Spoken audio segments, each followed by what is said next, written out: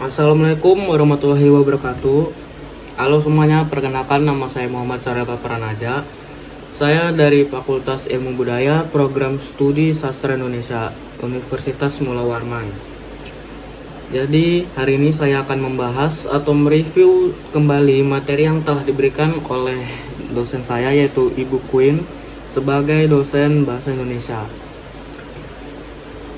Jadi yang pertama disampaikan oleh Ibu Queen itu adalah asal-usul bahasa Indonesia. Nah, jadi dulu bahasa Melayu itu adalah sumber dari bahasa Indonesia karena bahasa Melayu merupakan lingua franca.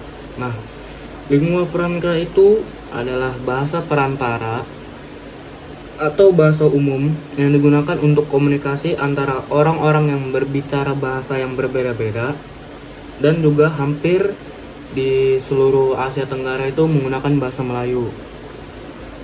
Nah, sejak kapan bahasa Melayu digunakan sebagai alat komunikasi?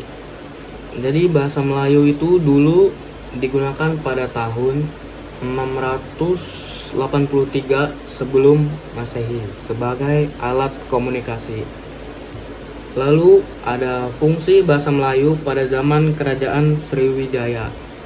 Jadi dulu bahasa Melayu itu digunakan pada zaman Kerajaan Sriwijaya yang berfungsi sebagai bahasa kebudayaan, sebagai buku aturan hidup, lalu sebagai bahasa penghubung antar suku, untuk sebagai bahasa perdagangan dan sebagai bahasa resmi dari Kerajaan Sriwijaya. Lalu kok bisa sih bahasa Melayu diangkat menjadi bahasa Indonesia? Nah, bahasa Melayu bisa diangkat menjadi bahasa Indonesia itu karena yang pertama, semua suku dapat menerima bahasa Melayu karena bahasa Melayu lumayan gampang. Yang kedua, sebagai lingua franca tadi, sebagai perdagangan.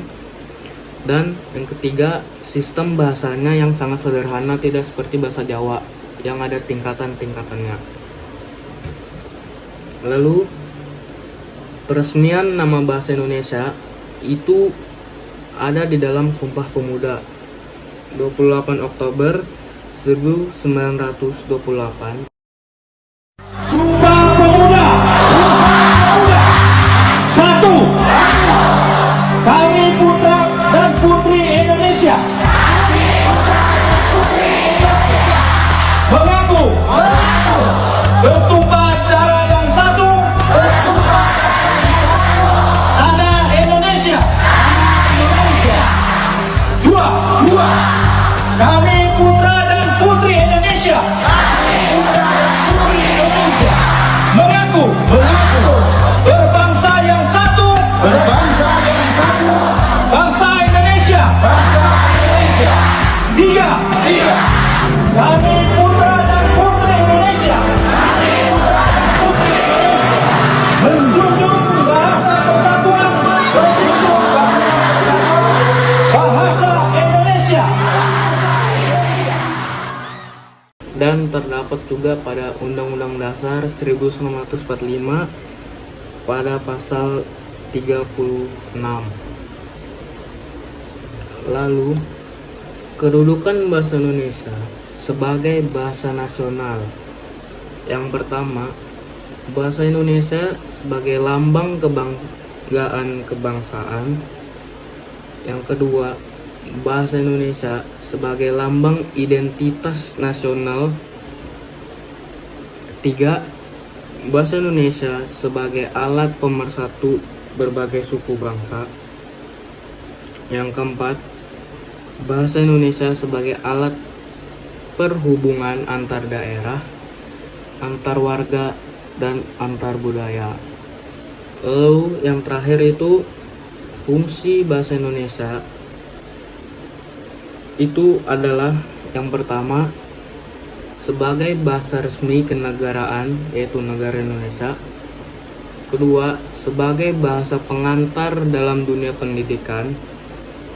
Tiga, sebagai alat perhubungan di tingkat nasional untuk kepentingan pembangunan dan pemerintahan. Dan yang keempat, sebagai alat pengembangan dari kebudayaan. Jadi mungkin sekian dari saya. Wassalamualaikum warahmatullahi wabarakatuh.